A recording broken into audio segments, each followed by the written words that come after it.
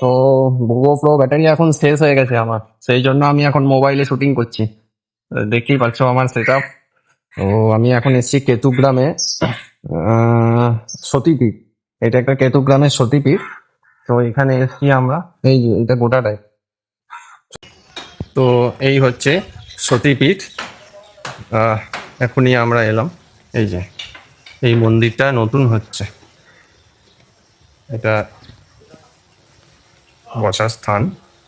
মন্দিরে কীর্তন বা অনুষ্ঠান যখন হয় তখন গ্রামের মানুষেরা এখানে বসে থাকেন, কীর্তন এখানে হয়। এগুলো আশেপাশে বাড়ি। এটা এটা ভোজনালয়, এটা মানে এখানে রান্না বান্না করা হয় ঠাকুরের।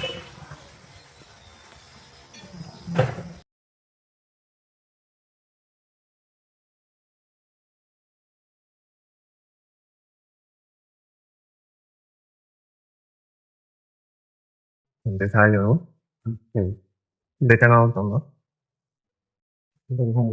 হুম। তো চলো আবার পরে তোমাদেরকে ভিডিও করে আমি আবার তোমাদেরকে সব জানান দেবো কাটোয়াতে পৌঁছাই। তারপরে তোমাদের সাথে আমি কথা বলছি, সাথে থেকো।